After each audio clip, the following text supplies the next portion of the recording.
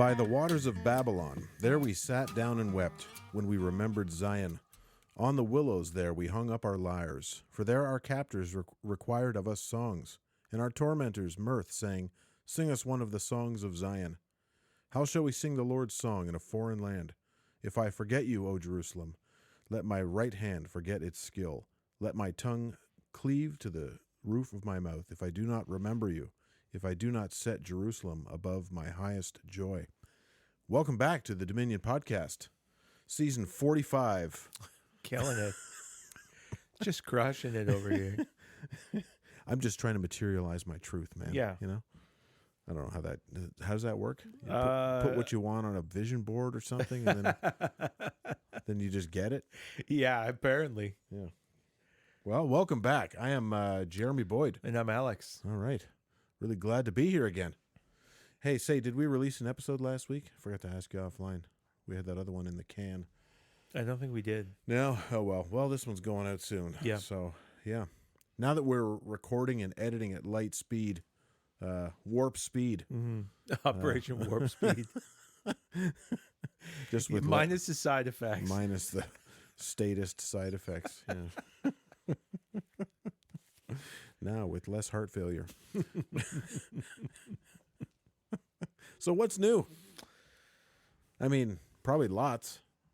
I don't know, man. It doesn't feel like, it just feels like I have the same stuff going on all the time. Yeah. A lot of stuff, you know? I never know how to answer that when people ask me. It's like, I don't know. Like, I do the same things all the time. Yeah. Just working and churching and... Yeah. That's Get up, put my pants on. One leg at a time. Except once I put my pants on, I go install furnaces. Oh, I make gold records. Isn't that what he says? Yeah, I make gold records. What is that actor's name? Christopher Walken. Christopher Walken, yeah. Yeah.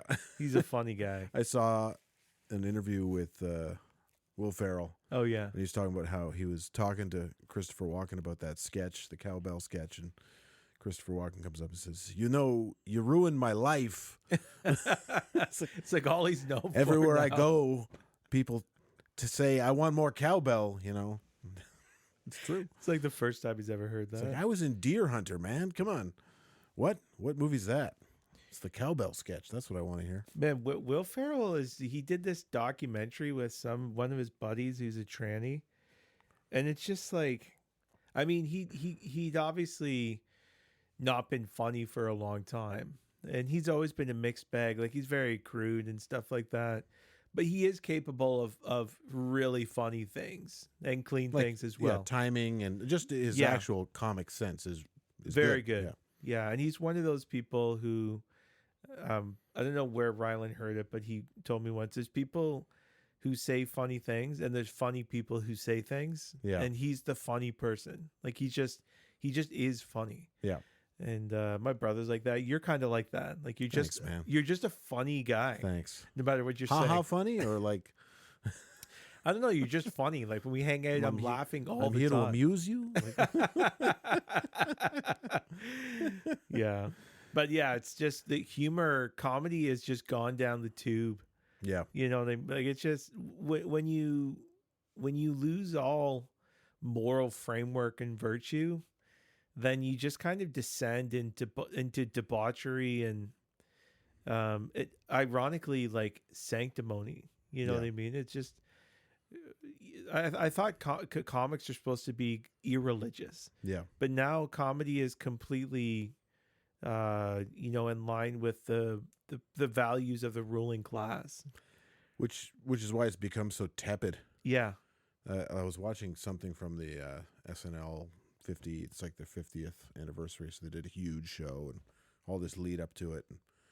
And like pretty much all the sketches, they all had the same sort of perverted jokes in them. Yeah. And they just kind of worked them into all the sketches. But the theme I was seeing was like somebody would say something totally out of line, and then one of the characters would be like, "Oh, whoa, whoa, whoa, whoa!" And so like the joke now is the reaction to stepping over the line. Yeah. But they're still doing it because they think that's funny. But the line though is not really a line. It's like it's like to sound more extreme or you know what I mean, to say something inappropriate, so to speak. But when they say something inappropriate, it's not really inappropriate, as in they won't get in trouble for it. No. It's impolite or crass or something like that. But that doesn't actually take courage. It doesn't take courage to say something that you won't get in trouble for. But it does take courage to point out the obvious absurdity of something that is, you know, a shared view or practice as the culture, you know? Like if someone was to get up and you know, do a comedy sketch about, you know, the Rainbow Mafia or something like that, and actually be critical of them in a meaningful way, it's like, okay, there's courage there. Like, Yeah, well, Dave Chappelle did that. did he? Yeah, totally. I mean, and he's Dave Chappelle, so he can kind of do what he wants. Yeah. You know, you take a bit of flack, but what are they going to do? Yeah. So, I mean, unfortunately, he still did it in a very crass, like, Yeah. you know, a lot of expletives, Yeah. expletive laden Yeah. thing. But, you know, he's talking about, you know, I hope the rainbow people don't come after you. Yeah. I think the rise Or the alphabet people, I think he called yeah, it. the rising comedy too is just a symptom of a bored culture that has lost all sense of meaning. Like when you're just sitting at home watching Netflix specials of retarded jokes, like you have no life. You know what I mean? Like Yeah. you clearly don't do enough in your day. Like you don't have a mission. You don't have a purpose. You don't, you know, it's just it's funny how people think that's the height of culture, the time and the money to just engage in these frivolous recreational activities, but it's actually the sign of a dying culture, you know? Yeah. But anyways, we didn't come here to talk about lame comedians. Yeah, no, we didn't. We came here to talk about Lame something else. yes, fake patriots. Fake patriotism. Yeah. No, there's got to be a. I like a word in there. our prime minister's total 180 on the Canadian identity, eh? Yeah, yeah. Now he's chugging Tim Hortons and talking hockey all day long. You know. Well, he's going further than that. I heard him talk about shared identity, and he mentioned several other things. Yeah. I don't know if he said shared people or place. Like it was basically like, you know, did you just say blood and soil? We went from like post-national state to blood and soil. Now, that's not actually blood and soil, and I want to discuss that. People in place are integral to what a nation is. I Yeah. mean, what is a nation apart from a particular people in a particular place? Yeah. Like, there might be more to a nation, but there's not less than a nation, less to a nation. Anyways, there's been this, in response to Trump, our ruling class has successfully, I think, commandeered the narrative that they reflect the interests of Canadians and our national identity. Yeah. And to, you know, what we need to do to express our patriotism is to essentially align with them. Now, the last part has not been stated explicitly, but it's implied. It's implied in the fact that, for example, if you object publicly to the strategy of engaging in a tariff war with the United States, whose economy is 10 times the size of ours, and who we need way more than they need us, if you object to that, many people, I've seen that people have actually said this to us online, say that you are unpatriotic. Yeah. So in other words, adopting a particular economic policy that happens to align with the interests of the ruling class is now what it means to be patriotic. And you know, you're seeing this played out almost in a propagandistic way, how they're putting, you know, maple leafs on things that are made in Canada in grocery stores. Yeah. As if we start buying ketchup that's made in Canada, that is going to change our economic situation. Yeah. It's a total psyop that's being played It's on funny. us. Right? As my wife told me this week, he's like, "What was stopping you from buying Canadian products before? Yeah. Nothing. You just didn't care before, and now it's a thing. Like, Yeah. now you're being all patriotic about it." Well, the point is, it won't do anything. No. So there are reasons to support Canadian. You're a Canadian business owner. I'm a Canadian business owner. I like personally to support Canadian businesses as much as I can. But so buying your ketchup from a Canadian manufacturer is not going to save Canada in a trade war. Yeah. It will do absolutely nothing. But the fact that you're led to believe that you buying ketchup from Canada is your patriotic duty means that you are just a moron. You are just a pawn in the ruling class hands. But it's raised the question, what does it mean to be a patriot? The other irony behind this is that across the board,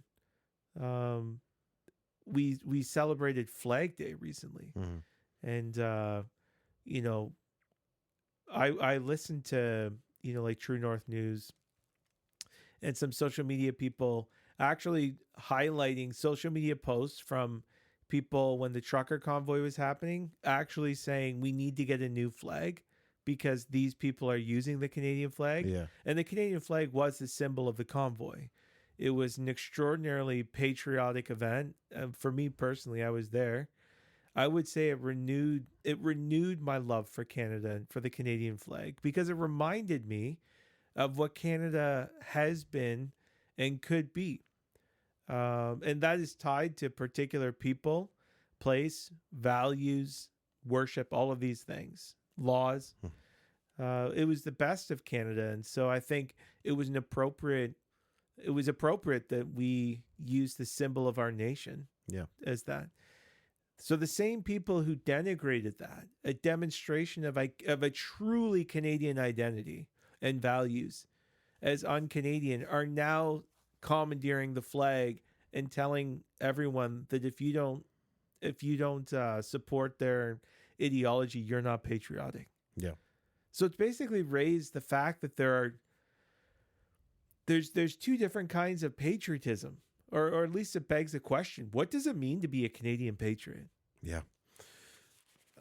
It seems like for a lot of the progressive people, to be Canadian means to not be American. And this is something we've seen our whole lives, right? Yes. There's this, it's a real sanctimonious, smug attitude that, we're actually more like the Europeans. Yes. We're very European, progressive.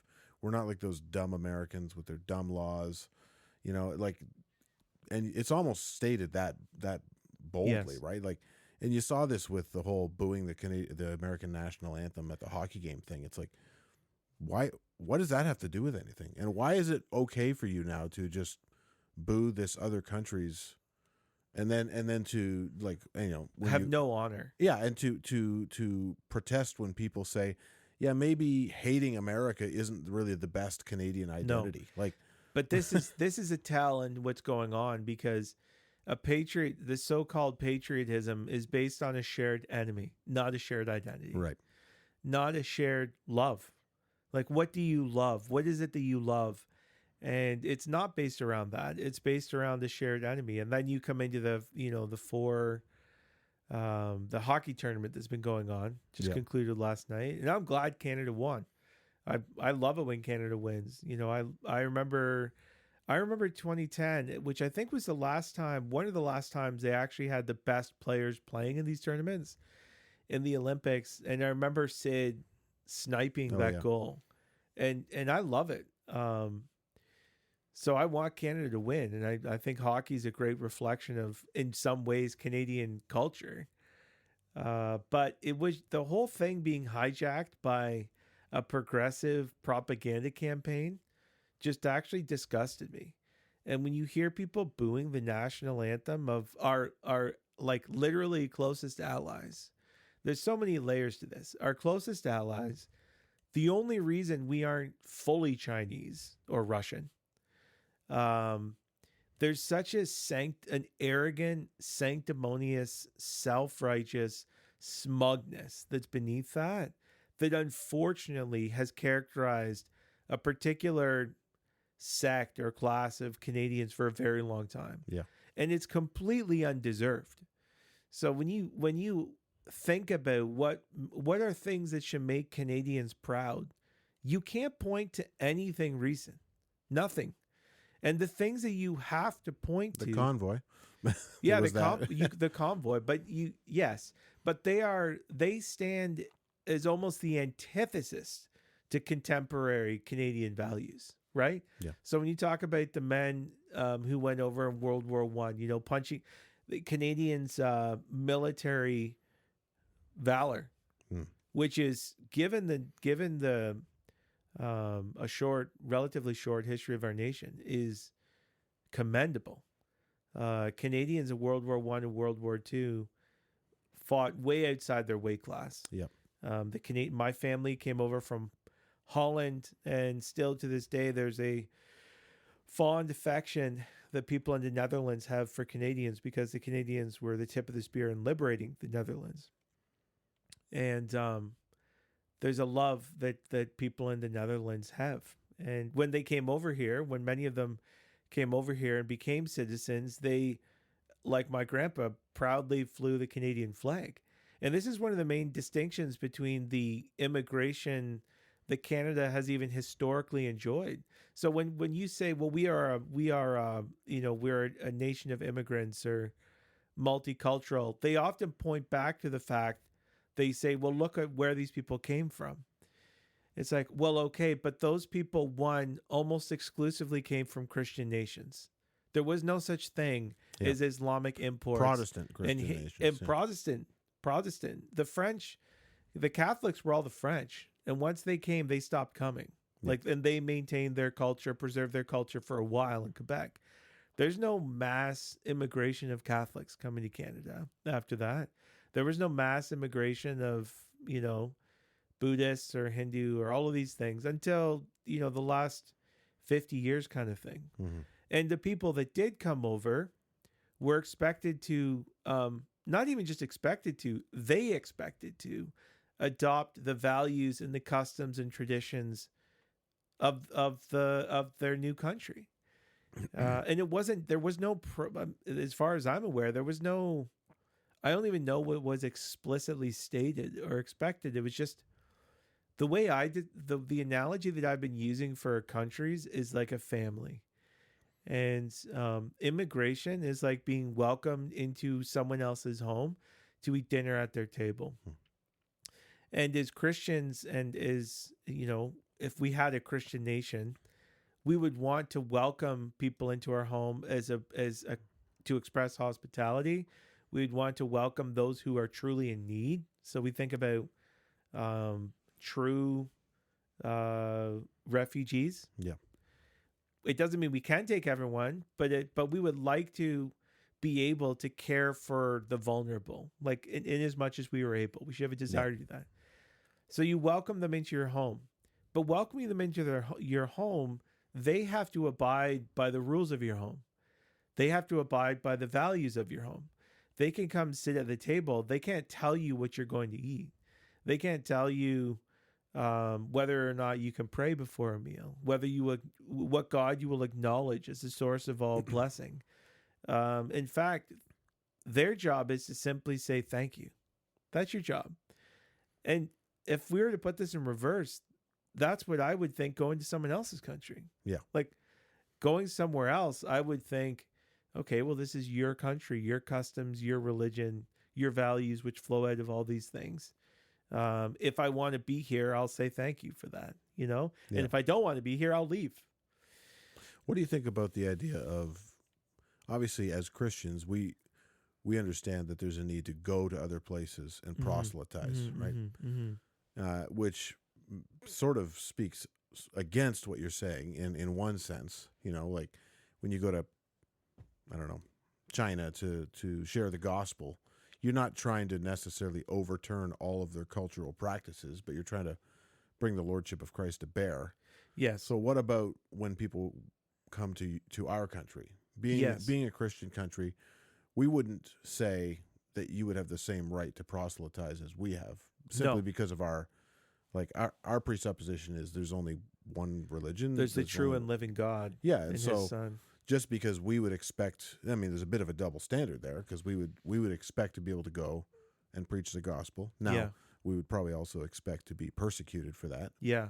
And maybe that's why there's that enjoinder to be willing to suffer. Yeah. Because you are, in a sense, going into somebody else's house and knocking over the plants, as it were. But Yes, that you're right. This is that only the qualification for what I said should be obviously we do intend to make disciples of the nations, baptizing them and teaching them to obey all that Christ has commanded.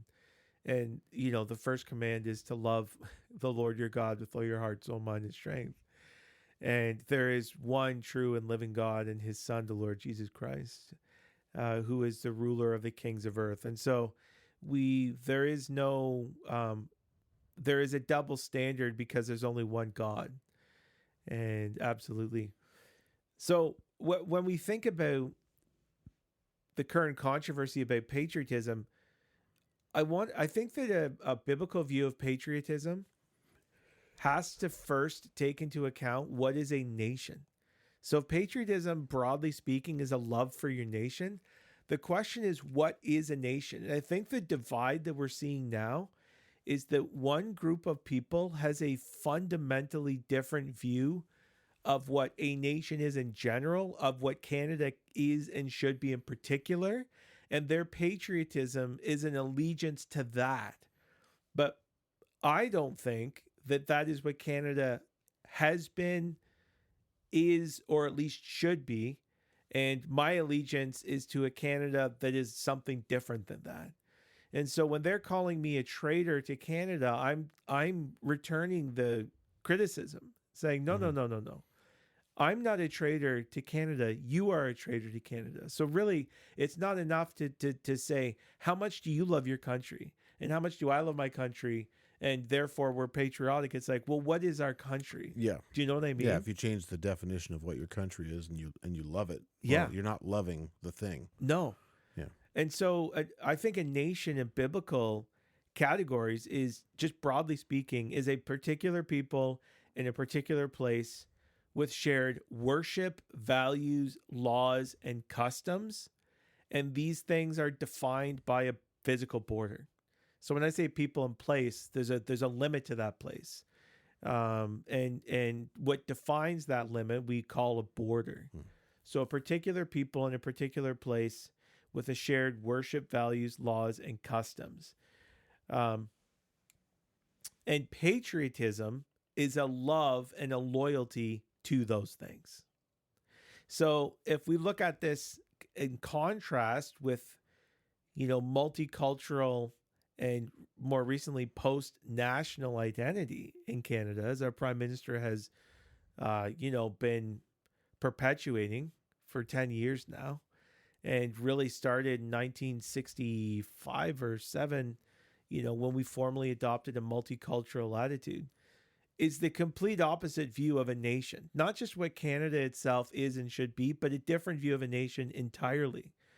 A multicultural identity is one that, by definition, does not believe that a nation is comprised of a particular people from a particular place who have shared worship, and out of that, values, laws, traditions. By definition, a multicultural view of reality is the antithesis to that. And you could say that's good or bad, that's fine, but that just is true. So there's a very real sense in which, and at the end of my thinking on this, I'm like, is there such thing as a multicultural nation? In a true sense. I don't think there should be. But I don't even think there is. Like as soon as you formally adopt multiculturalism, it's not just an ideology that you've added on. It's a thing that undermines the very definition of a nation. Yeah. Do you know what I mean? Yep. It's not just like we took on this idea that's not very Canadian or something, but we're still Canadian. It's like we've decided that what makes a nation no longer does. And we're kind of, at the end of that project. So again, breaking these things down, I think that worship is at the bottom of this. Dr. Joe Boot's been really good on this, but recognizing that culture is really religion externalized. Mm-hmm. And so in as much as there is a Canadian culture, that is a reflection of the Canadian religion, or more specifically, the God of the people. And historically, that was the Christian God, the God of the Bible, for The Protestants, only God. the only God. And but even now, we would, people would scoff at the idea of making religion a kind of a component of citizenship. Yeah. But this is just foolishness on a rational level. Saying that religion is a component of our citizenship is not just a Christian idea. We're not just saying because we're Christians we want everyone to worship as we do, although we do.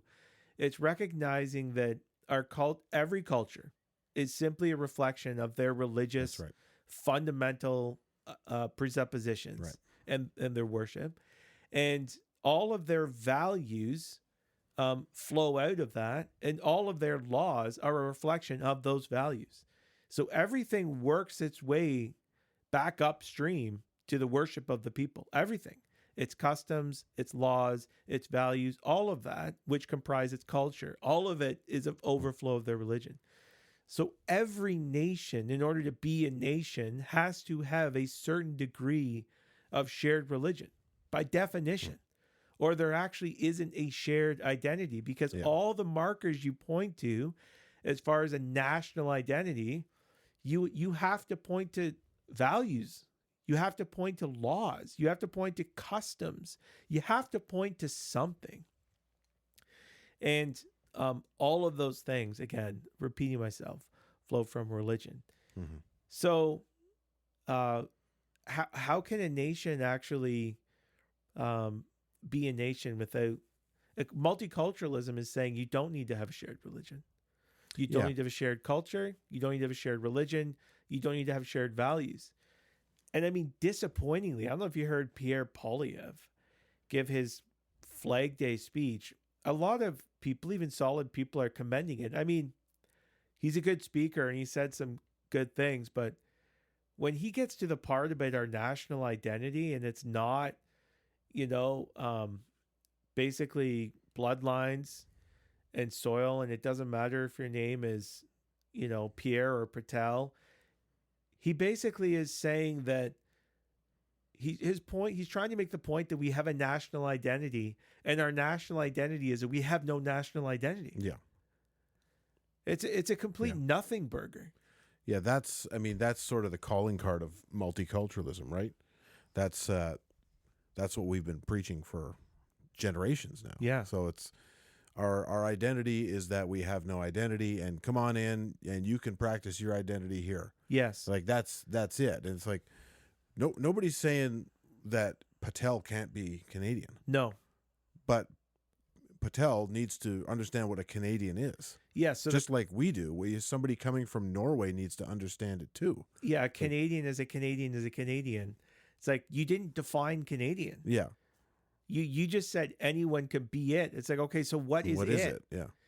And I think the two ditches on this are, classic blood and soil ideology, which, a contemporary example would be Nazism, right? But on the other end, it's people think that the appropriate response, or the necessary moral response to that, is to deny that particular people and lineage and a particular place have anything to do with a national identity. But that's just ridiculous, because what is a nation other than people in a place? Like there may be more things, there's not less.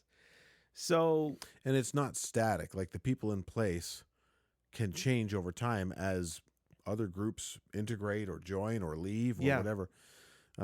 But where the blood and soil people go wrong, and even the ethno-nationalism that's rising again, is they fail to recognize that beneath ethnicity is values. Like the reason that your ethnicity unites you is only because it happens to be that all those people share values and customs and traditions. So they look at the surface level and say, well, look at all the Irish people, they all, share these, look at this homogenous culture, something like that. It's like, okay, but it's not because they are white with red hair. It's not their genetic makeup. Because 1,500 years ago, if you were in that part of the world, it would have been a very different culture, even though they would have looked the same. Yeah. you know. Yeah, and the ridiculousness of it is also, it's like, okay, but look at a a white person with blue eyes in Portland, Oregon. You know what I mean? Who's got the tranny flag up outside of their house. It's like, you think you have more, you think you have something in common with these people? You have nothing in common with these people. And it's not sufficient that they share the same level of melanin with you. So it is true. It doesn't follow that ethnicity means nothing. Yeah. But ethnicity in itself is not sufficient. It's not the most fundamental thing. It's not the most fundamental identity marker. And in as much as it is an identity marker, it's because of deeper realities, our shared worship and our shared values and culture that are the overflow of our worship. Mm-hmm. And if you don't have that, then the ethnic stuff falls apart anyways. Yeah. But so I got thinking about these things, and I read something by Doug where he, I think his book on 5 cities. And he writes, affection and love for your own people are an extended function of honoring your father and mother. When patriotism goes to seed, becoming a jingoistic nationalism, it gives patriotism a bad name. It is the difference between gratitude and arrogant pride.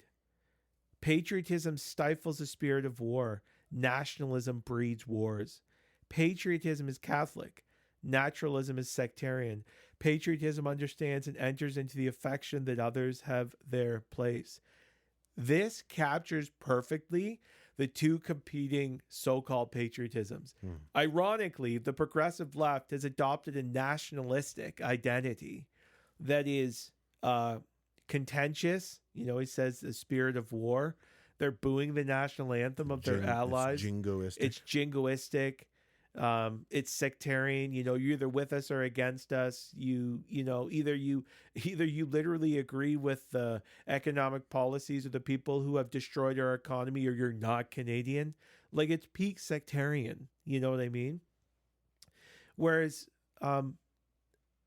patriotism is something else, and he identifies patriotism biblically as a love and respect and a gratitude for your fathers. Right.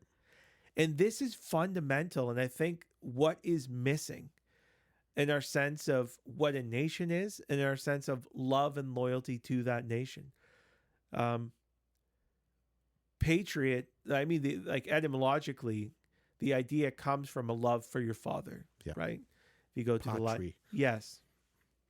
And the question is raised, well, why? I thought we're talking about a nation here, not our families. But this is the problem. What is a nation? And progressives have tried to separate a national identity from families. Mm-hmm. And you can't separate a national identity from families because people come from families. It's an artificial, it's a not real thing.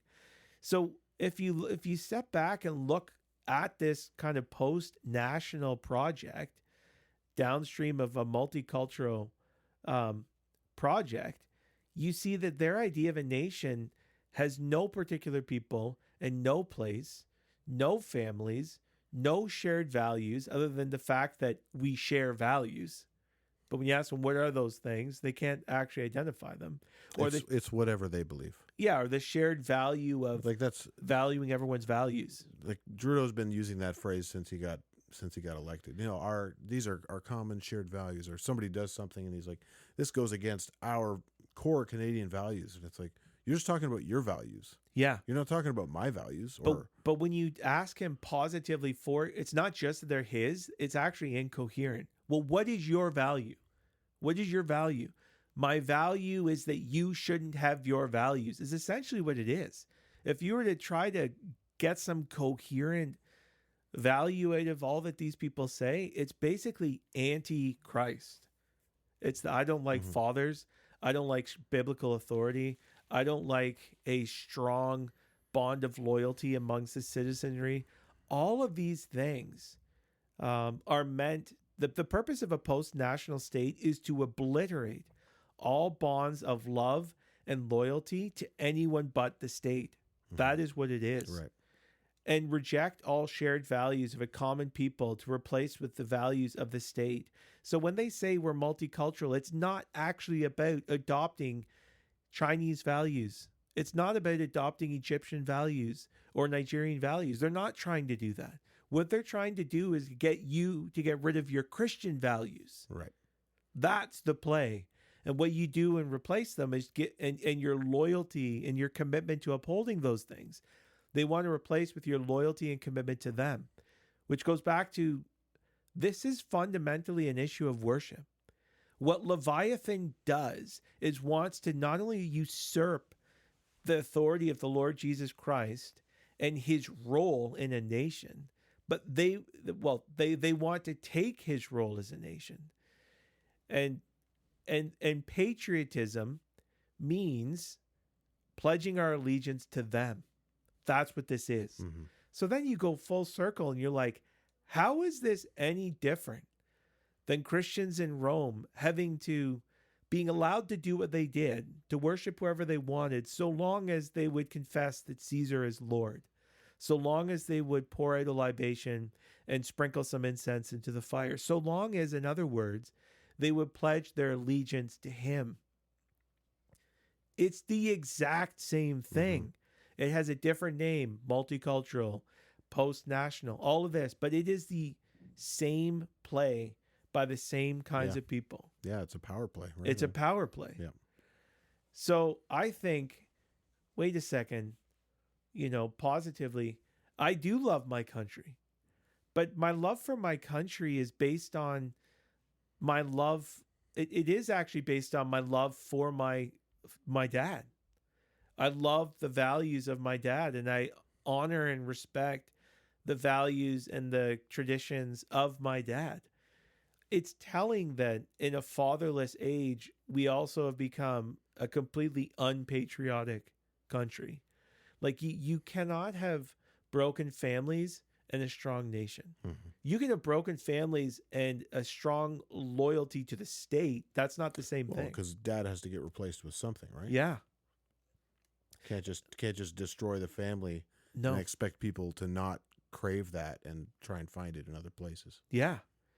And I think that's what we're seeing happening, is that the kind of nationalism that's being proposed is just allegiance to the state. It's not allegiance to shared values. Super gross. Yeah, and then throw on a Canadian jersey and drink Tim Hortons, and that's the sum of it. Yeah. And this crazy thing, the cringy thing is that we look down on the Americans. Like, we actually consider their patriotism cringy. Yeah. USA. Yeah. USA. We don't. We're above that. It's like, okay, well, you're above that guy liking his granddaddy's farm. Yeah. But you like your Tim Hortons? Like honestly, when you hear people shouting USA, USA, you know what they're thinking. Like, they're thinking we have the Second Amendment. We've got a constitution. Yeah. I've got the right to free speech. Yeah. And, those are great things to be proud of. Yeah. And to be supportive of. Yeah. I'd love to have some of those things. Yeah, 100%. And well, I mean, right to defend my property or defend my wife or whatever. Yes. Yeah.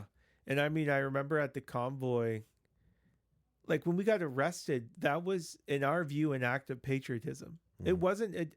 And the people who didn't think so equate patriotism with loyalty to the state, but the state is not the nation. And the nation is people, place, worship, values, laws, all of that. And when I was standing on the main road of our, capital city, peacefully, just standing there, I was upholding the law. Yeah. I was also exercising my lawful right to protest the state. These are part of our Canadian heritage. I wasn't there in defiance of Canada.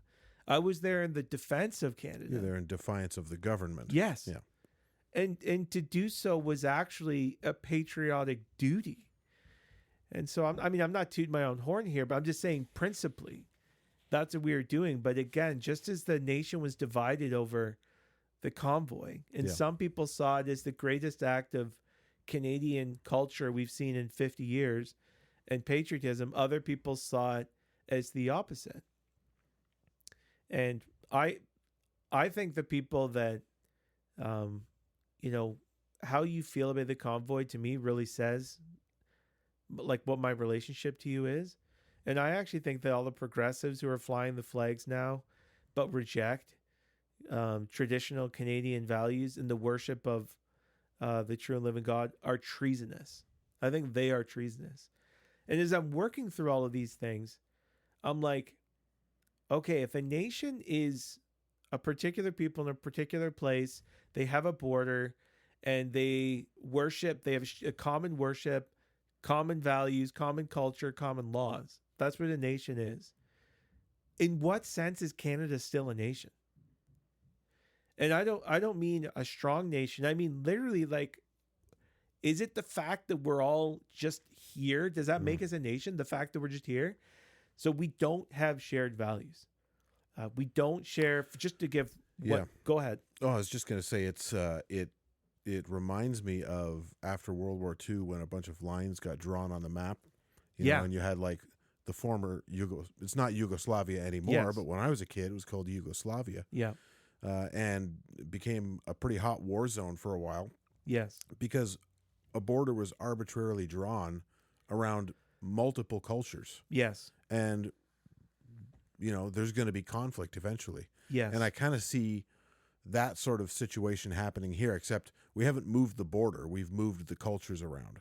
We've added cultures to a country and then expect it to, like, I don't know, what do you expect it to just sort of melt down into some homogenous culture eventually? Like, yes. well, that's not how it works. Like, Yeah. people tend to harden their views and set themselves against others. Yeah. And that's what happened in Yugoslavia and, you know, Bosnia, Herzegovina, all that. Yes. All that stuff that happened was because some bureaucrat thought to draw a country here that had all sorts of other tribal groups and countries in it that previously hadn't been governed together. Yes. You know? And so the analogy of the family, again, if someone comes into my house, are they my family?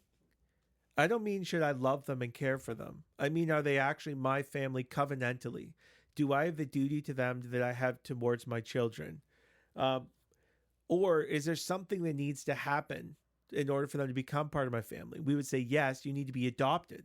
There needs to be a formal transfer of you from outside the covenantal unit to inside the covenantal unit. And this is what immigration should reflect in a country. That it is not you just changing location. It is any more than just walking into my house doesn't make you my family, right? Mm-hmm. If you have 50 people, and so it's like, does merely existing in proximity to one another make you a nation? Like you said, just redrawing the lines. So yesterday your nation was here, and tomorrow your nation's there. Did you actually just change a nation? Or is a nation more than that? The crazy thing about Canada is that we no longer even have meaningful borders. So, like, even if you break it down to the lowest common denominator, you're like, everyone in this room is part of this family. It's like, well, one, that doesn't work, and that's not true. But let's take that. Where does this room end?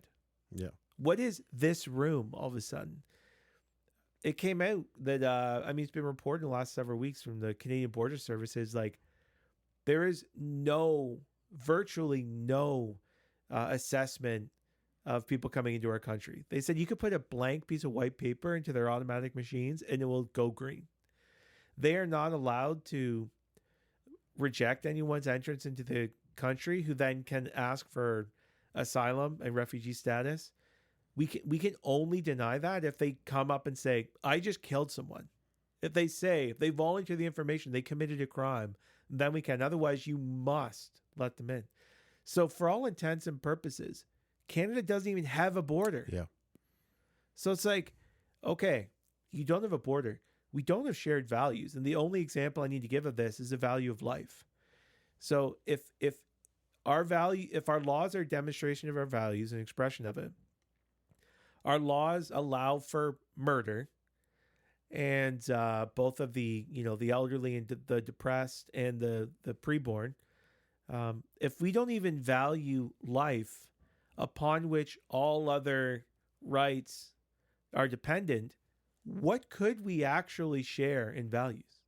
Like, because the value of life is the basis of all other things, right? Humanly speaking. So there's even shared laws. The law does not equally apply to all citizens. I mean, I just saw they're asking for a protester, Pat King, to get 10 years. Yeah. But then they were just showing today, some conservative guy was showing that there's less time. The state asked for less of a sentence for a guy who was convicted of sex trafficking a 12-year-old. So it's like we don't have equal laws.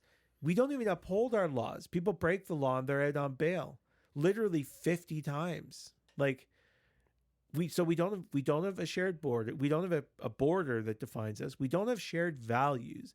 We don't have laws that reflect shared values. We don't uphold our laws that we do have on the books. In what meaningful sense is Canada a nation? And I don't have the answer to that. Maybe just leave that hanging. Maybe comment. Leave a comment on that. But Yeah. I don't know how you could define Canada as a nation. Yeah, I mean, you'd have to use some historical definition that maybe doesn't hold anymore, but used to be, this is what Canada used to be like, you know? Yeah. Yeah, it's hard to say. And there might be more truth to the fact that we're a post nation than we want to think. Yeah. It's like he means that as our national identity, but He it's like means it as a good thing. yeah, it's like, well, I think we just no longer have a nation. Yeah. And yeah. Anyways, I think nations are good and ordained by God, and they ought to be structured around the worship of the Lord Jesus Christ and a culture that reflects the teachings of Scripture. And to come into that, you either are born into that in your family and you adopt the values and the word, the God of your fathers, or you can be brought in, but you must adopt the worship and the values and the laws of that nation in order to actually participate in it. And I just wanted to actually start the conversation and say I am a patriot.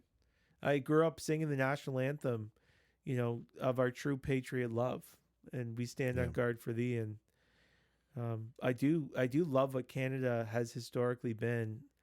I love my father, and I love the values that he shared with me. Mm-hmm. And I want to see those protected, defended, perpetuated. But right now, very few people seem committed to that.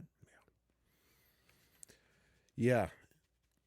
Yeah, it's pretty sad that you just get a prime minister who's actively been trying to dismantle the country is now getting people all riled up about Canadian flags beside their food stickers or their food prices at the grocery store. Like, yeah, it is pretty upsetting. But what's our identity? Yeah, it's where do we go? Well, it begins with, I'll just close by saying it all works its way down to worship. Like, you can't have a nation without a shared God. Yeah. And that's what we had. Yeah, that's what we did have. And in as much as we had that, we had shared values and we had laws that reflected those things. And there was an order and a unity that flowed out of that. Mm-hmm. And when you reject God, the true God, and you reject Scripture and His Word as authoritative, then you begin to lose those things. And we're just past the point of basically surrendering all of them. And we need to restore them, but you can't just restore them by throwing some laws on the books or, trying to institute some traditions like hockey and Christmas trees or something. Yeah. Like you got to go back further than that. Yeah. And that is what we're working for. Yeah. But I think we also must be willing to insist on these things in the civil sphere. Mm-hmm. Like I remember when I did my citizenship, I'm dual citizen, Canada and Barbados, through marriage. They swear on the Bible in Barbados, okay? And we may still do that here, I doubt it. But they give the exception. You don't have to swear on the Bible. You can do they say something else, and one lady asked for it. And I actually just felt like, get lost. Like, if you don't want to accept the God of this country and His Word as your standard for truth and ethics, then why are you here? Yeah. Like it's your choice. You can worship God and you can receive His Son as Lord and Savior, and you can accept His Word as authoritative because that's the basis of our unity. or you can get lost. But why would we not have that test? And again, it strikes people as insane. Like, people would be triggered to hear this conversation, but it's like, well, who do you think should be the God of our country? Yeah. Yeah, no, you can't not have a God. There's going to be a God. Yeah, it's like, I don't like your God. I don't like your God who trannies kids. Not a fan of Molech so much. Not a fan of Molech, dude. Yahweh. Yeah. Yahweh's the way. Yeah, man. Molech, the abomination of the Edomites. That's where we're at. It is where we're at. But there's no other options. No. There's no neutral ground, as Greg Bonson would say. Yeah. Well, what was I had something else I was going to say. But just say it, Jerry. Well, if I could remember what it was, I would.